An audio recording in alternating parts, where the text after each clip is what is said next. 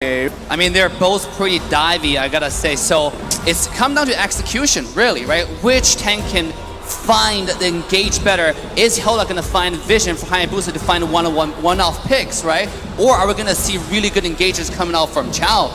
It's up to the teams, up to the execution. I think the draft, both draft looks beautiful. They're both dives, and they both have very little room for mistakes. If Eve get caught off, it's over. At the same time, if Claude get caught off, it's kind of over. So both sides, they have to play careful, they have to play tight, and I'm excited for this match. Well, let's see whether this is going to truly be a draft if the best of the best have made it up and towards the upper brackets, and TODAK, unfortunately, a score down, but they're looking to turn it all around here to even it up against the Kingdom. So let's jump into the land of dawn once again for game number 2.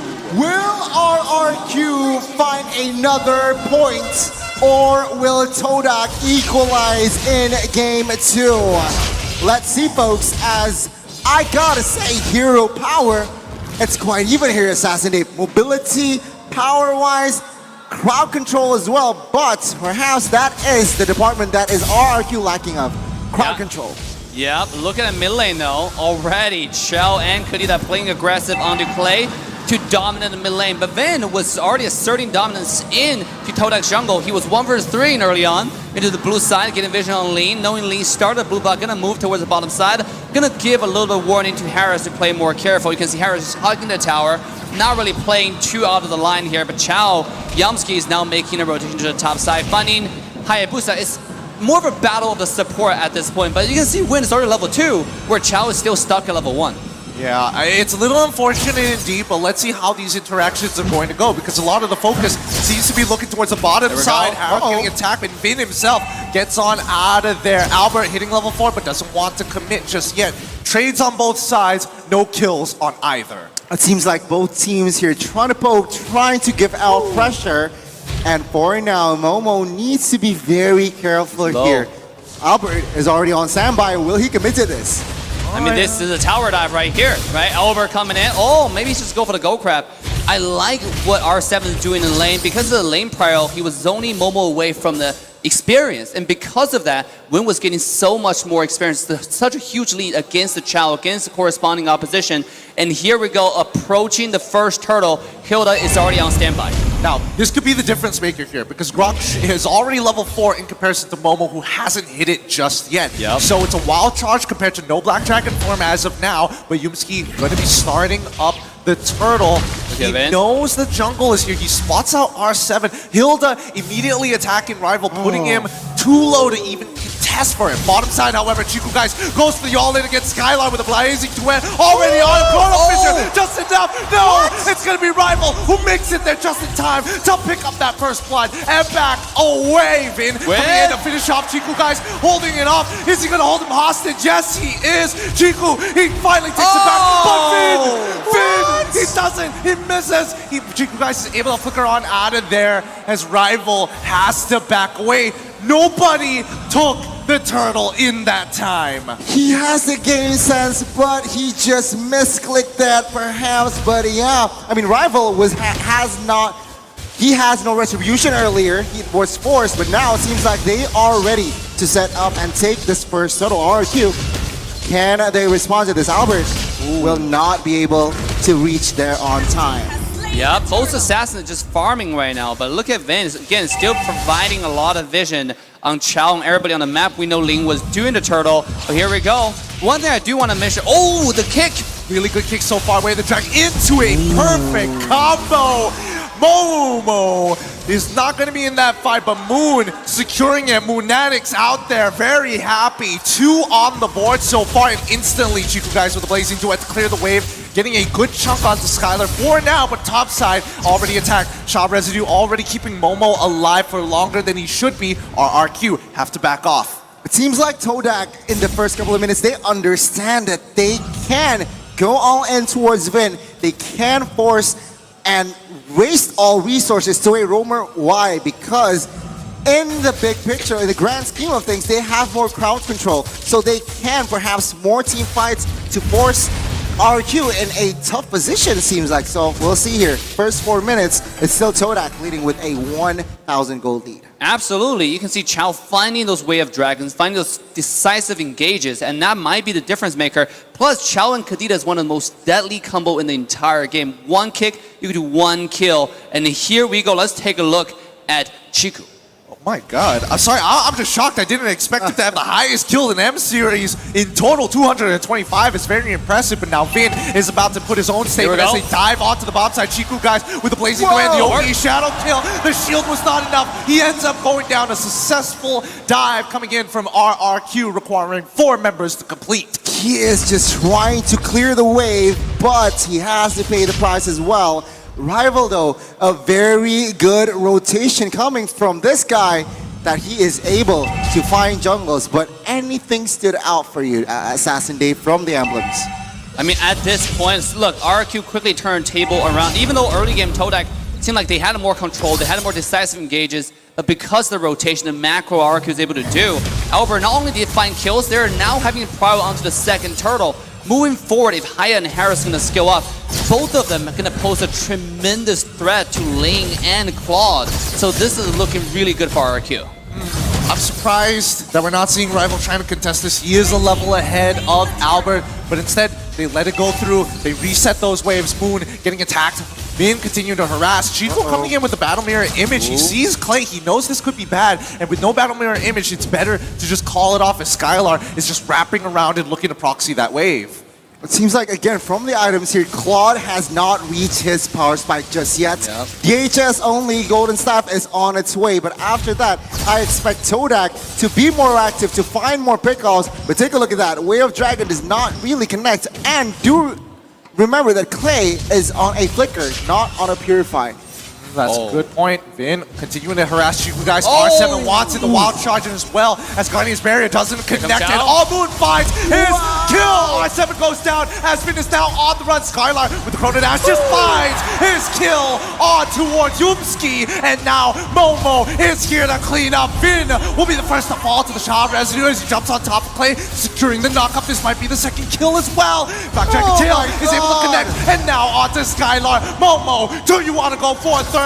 He says, nah, I'll wait next time. Chrono Fisher comes on through, but now that you've walked right into me, Shah Residue is going to proc once again. But look at Topside. Despite all that has happened, Topside finally getting the push. What is going on? Momo is unstoppable. RRQ, they dominant, but R7 catches Chiku, and my goodness, it was a solo kill on towards the gold laner. That's why high and dry do not disrespect the Grok. Yeah, the physical damage Grok coming off online, and we mentioned it yesterday, how disgusting this character can be once you get the core items like the Blade of Despair, like Blade of Have to Cease. And R7 right now is popping off. He can one-shot a Claude at any time he wants, including Moon, before Moon even popped the passive. Does this mean we're expecting to see Winds of Nature first item build? Question mark?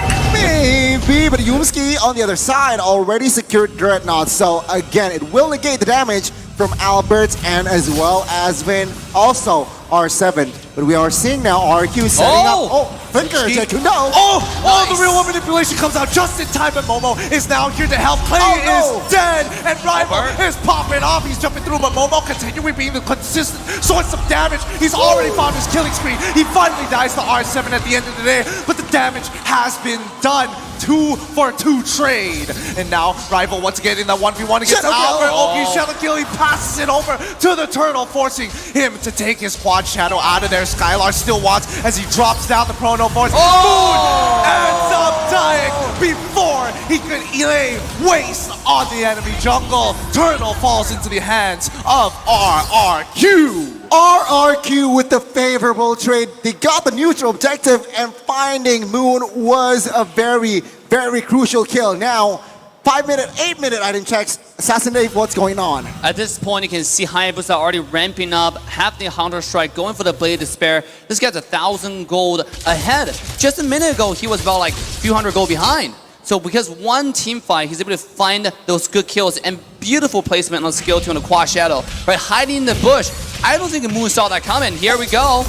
Here comes the kick once again, but the real world manipulation as well as Chrono Fissure has been dropped. The Salmon Forest, can he get out of there? Skylark's still alive, but it's a little too late. They find a 1-for-1 trade. And the Petrify coming in, Skylark got hit again. He gets locked and he's gone. And the quad shadow onto Rival, securing his kill. It's too much damage. Unstoppable. R7 not even participating in the fight. A 4-for-3 trade in favor of RRQ. The birthday point does it again, and now Momo in a 2v1 situation with the passive sustainable. And my goodness, he almost won that trade.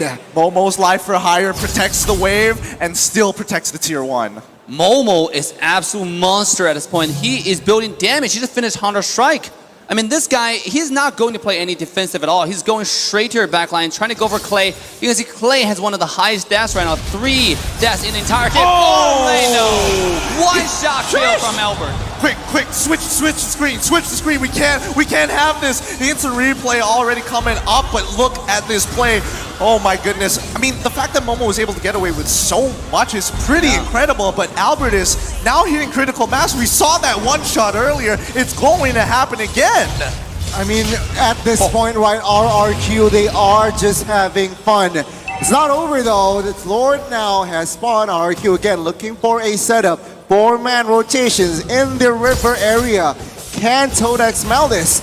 Because if they overextend RRQ, they will punish you. And as of now, the tempo and pacing has gone down slow yet again. You gotta give credit to TODAK for, despite the pressure, they're playing very tight and very close together. Oh, look at the team fight here in melee. Oh, he's breaking out. Kadita has already found the kill on towards inside, but Yumski does not find the angle for the way of the dragon. Albert jumping in with the quad shadows, but here comes Chiku, guys, with the blazing duet. Real world manipulation is out, but Momo, does he want to press the advantage? No, it's too close to the tier 1, but R7 says hello, as his power of nature is going to deter Moon from getting any closer.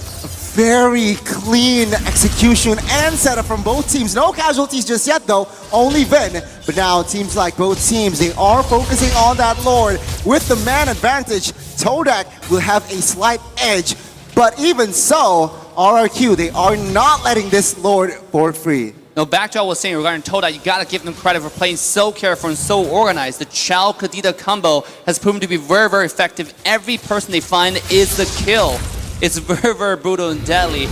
That's including Vin, the tankiest character in the entire game right now. Even Vin have to respect this combo and play more safe at this point. I think what I'm stressing about right now is the fact that Skylar, despite getting hit by double petrifies all the time, was still managing to hold out with the Salmon Force, and I just saw him purchase the concentrated energy. So, with this being said, let's see how this Lord situation is going to work, because the side lane's not falling into the favor of TODAK. The way I see it, I mean, Yumski, he has 3 targets, right? Either Albert, Skylar, or Clay. But please keep in mind that Skylar has Purify, so that just eliminates from 3 to 2. Albert quite hard to catch, and Clay is perhaps the only viable target for Yumski to catch. Other than that, it's just, I guess it's not really relevant, but teamfight perhaps will go ensue now. Yeah, again, as Assassin Day mentioned, just really organized coming in from TODAK. They're really not pressing or forcing this. Oh, wait, Moon, Chiku are in prime position. Could they actually find the flank here as Momo is coming in with a Black Dragon form? No, RRQ take very safe paths back into their jungle here, as now they look to press. They do notice where Chiku and Moon is. The plan has been dropped, but Rival making his way down to the bot side to get some more pressure. And that's the power of Link, right? Like when it's in a stall, when it's stalemate, Link can always go to the side and split push. But this is RRQ taking advantage of this split push and starting the Lord. It's already getting low. Real world manipulation is down. Kadita uses the rough play. Albert's towards the Lord. Momo is going to initiate the fight. He didn't even proc the shell residue. He ends up dying. Albert has already got like the blazing duet as well. The winds of nature show me is just enough to secure the kill. Rival unable to get Albert, who's already in purple buff side. Rival, can he find this kill? Yes, he can. Gets one. Uses his ultimate. Gets the knock up plane. Oh, it's a double. Albert, here to finish him off, but no, I'll let you live. You prove yourself worthy. The last man standing finds a double for TODAK. Even though neutral objective falls in the hands of the Kings of Kings, they managed to have some slight compensation. Let's see, with this Lord push, here we go. can RRQ break it? And the solo kill. Moon getting, oh my god, the passive is still up for Moon. Oh my goodness, I can't believe it. 1 HP. I guess that's a message to the rest of them. Is he going to do it one more time? Momo this time. He can take the damage. With Lord already pushing it down towards the bottom side, the waves are in trouble as Momo is willing to give his life up for higher. Albert now in trouble as Rival chases him down, secures him with the last crit, and a killing spree on the bottom side. Momo's still alive. Blazing Sweat already down, and that is going to be that Lord push. TODAK has equalized. Take a look at the gold lead now. It's basically 0. And RRQ, they have the advantage space-wise, but economy is just a balanced game. Assassin Dave, what do you think? Just now, it's more of the game for the team by RRQ to lose, because I mean, the Hayabusa really play a little bit too aggressive, right? Using every single skill possible just to force out Momo's skill, Momo's ultimate, when no teammates is nearby. So Ling really just take advantage of that, got him low, and forced the ultimate off and finish off the kill. That turned everything around, because then his teammate found himself alone, easy double kill, go to the pocket of TODAK. Let's take a look at items and farms. Hayabusa is 4,000 gold ahead. Elber is dominating this game. I mean, take a look at Harith and Claude, right? Both gold laners here. Claude building Athena as well, so he has some respect towards Harith, towards Eve as well. On the other side, it's just full attack for the Harith. I mean, this has been a dead even game for quite some time. I don't know whether it's the Malaysian staple to really drag this game out against the Indonesians so far, or even the Filipinos. But looking at the Lord advantage, unfortunately, they ended up losing a bit of gold here overall because of the deaths they gave over. But now Moon in trouble. Finn having plenty of damage here, but he's going to be using the rough waves to gain his health back up. Is it enough? No! He doesn't get his health back! And Rival even committing onto Skylar. 2 ultimates down and Moon already dead. The mid lane in trouble. Oh my god! 7! What a wild charge! And now Momo turns it around. Get his team out of there. We need to reset. No casualties except Moon. He has to pay the price while the Lord now is up. RRQ understands this. 5v4. Will they commit to this? TODAK will not give this freely. Let's see the execution. We're Dragon. Yep, they already used the way of the Dragon to find one. Albert already jumping in. Yoki shadow kill. Momo's in trouble. He's already gone. 7 force pop, and that's even Yumski in the back line. Bin may be dead, but it's a little too late. Can Rival pull this through after his immortality? Blazing Duet finds only one? No! It's too late! The damage has been done. A 3-for-2 trade in favor of RRQ. RRQ, they won that war, but at what cost? They are low. They will not be able to find the Lord in time. And TODAK with that play. Challenge force popped. Oh, Skylar! He's dead. He just soloed Chiku. That's what the heck? I mean, it's unfortunate timing, especially when you're used to using your Battle Miller airman's. Moon tries for the one-shot. He tried his best to steal the Lord, but Albert is feeling it today. He does not miss. Look at this KDA, 11, 2, and 3.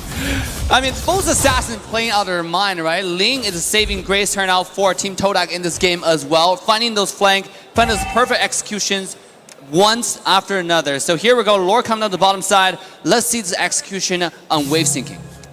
Things are not looking good here. Rival securing that EHS, but is it too late? With the Lord marching bot side, RRQ will grab the advantage here in the jungles of TODAK. But remember, this is already the Luminous Lord, so perhaps if TODAK makes a mistake, RRQ can end game 2. Perhaps here, but now with the waves already pushing on in, Yumski looking for a flank, looking for opportunities, the Magic Sentry as well to look at what's going on towards the orange, but Finn is just chunking down Chiku, almost about to solo him as well.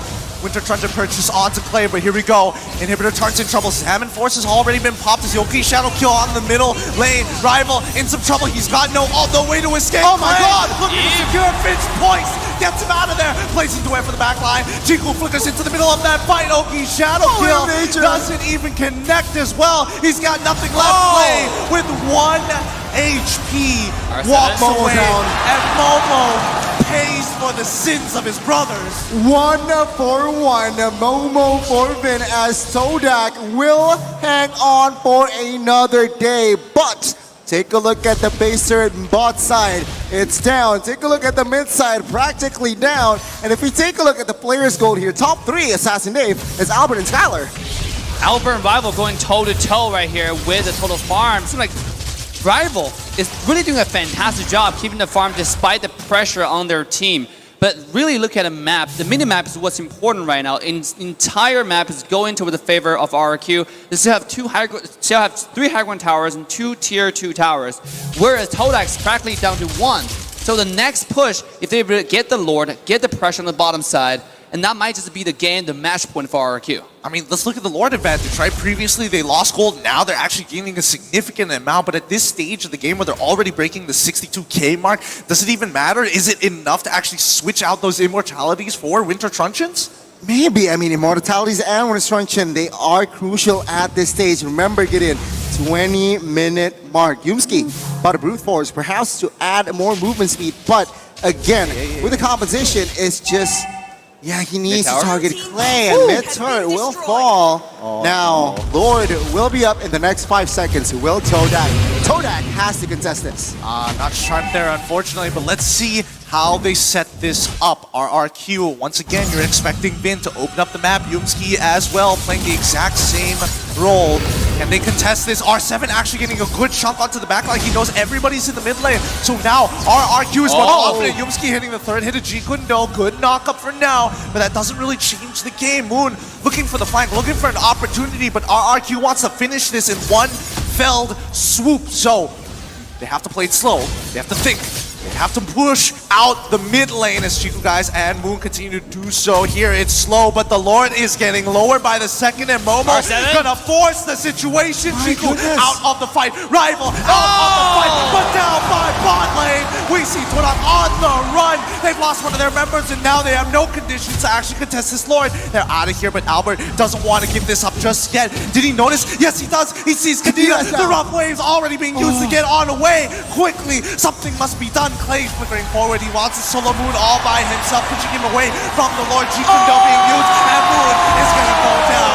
2 for 1 trade so far, but Momo trying his best to protect him. Yumski should be able to die, but the Blazing Duet comes out to no avail. Skylar still holding on with his Salmon Force, and that is going to be it. Another slowly but surely one more falls, trading evenly 2 for 2. Chiku's still alive. The Kings of Kings, they had shown their statement here in Game 2. With the Lord now in their hands, they are looking for an end.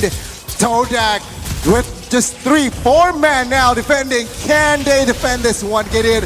Things are looking bleak for the Malaysians. Let's see. They're going to force the initiation again with the Salmon Force already being popped out. Blazing Duet is coming on through. He's getting chunked. Link already with the ultimate real one manipulation. Comes late to catch on 3. Momo still with the shot rescue holding on just strong enough. But the Lord is on its way, and the members are low. Skylar can't get back into this. Do they just let go? Now with 5 men, with the Lord now, let's see. 6v5 RRQ. R7 in the middle of it all while their carry has just gotten out of there. Skylar's not there. Albert is going to do it by himself. Shot residue proc. But with the shit already with the quad shadows, he's out of there. Okay, shadow kill gets spreads out way too much with the wave. Nothing RRQ can do, but they've got all the inhibitor turrets, all the gold. TODAK, they can breathe for another 5 minutes. It seems like. Assassin Dave, what can you read? I mean, at this point, TODAK is pulling a fantastic defense, actually. Losing when proven to be the crucial element for RQ9 would end the game right there. But again, with all 3 lanes, high ground tower being taken down, the entire base of TODAK's vulnerable. RRQ, what they can simply do is just sink in the wave in unison, have all 3 super wave crash in the base at the same time, and try it one more time. Because at this point, Hilda is gonna be very, very tanky in the front, right? He's not really afraid of the one-shot combo coming from the Chow, coming from the Kadita anymore. And you can see everybody, let's see how many immortality we have on both sides. It seems like Rival has it.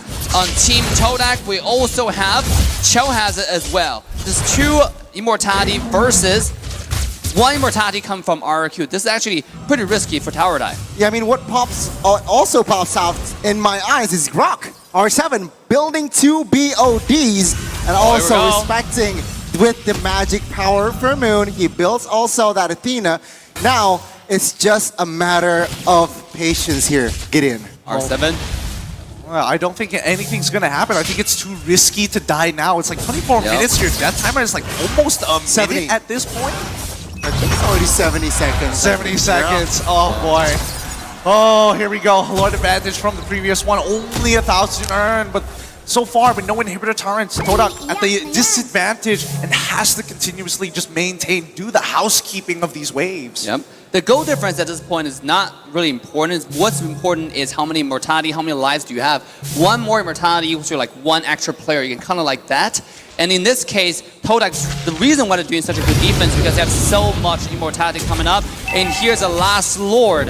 Whoever positioned better for this one is gonna be the winner of this game. To be honest, even though TODAK is looking like they're really, really behind on macro side on the minimap, but if they're able to win this fight, they can end the game in 1 push. Right. Yeah. Let's see how they play this out. All right, deep breaths, everybody, because this could be it. R7 holding down towards that bottom side, making sure that they're going to start this push. RRQ, smart moves. They understand this Lord is not going to be as important for them compared to TODAK, but now R7 in some trouble. He's going to back away. 2-bladed despair is more than enough with the passive, calling in for the rest of his team. You see Vin, he wants it. They want it. He's going to be running off forward. You guys doesn't have the battle mirror images. Skylar is going to be dropping down that Savage Force. Chico's in trouble. He clears the way. He gets on out just in time. He's coined to attack as many people as possible. They're all dead without Chiku. What can they do? RRQ is going to start opening it up, and Yumski and Moon just trying to slow them down to buy any time possible for Chiku to get back up. Oh, the timing. RRQ now. Moon sets someone. No. Oh, he has a Raider Bronze now. Rough ways as a defense, but now take a look at the damage. Clay will secure the kill. There's nothing you can do. The Salmon Force is just way too much and comes off a cooldown way too fast. This is the pressure's onto TODAK, and RRQ knows that better than anyone else, right? They're playing this really, really patiently. We don't have to do the Lord. And speaking of that top side, 1 more kill coming up. Well played to RRQ. The guerrilla warfare is too good as Rival ends up falling to the hands of the kingdom as they slowly close on in. No Lord, no problem. We've got the minions, and now we're running on through. Momo has to fall. Immortality bumps on through, finds 3, but it doesn't really matter. At the end of the day, RRQ HOSHI takes game number 2. GG, well played.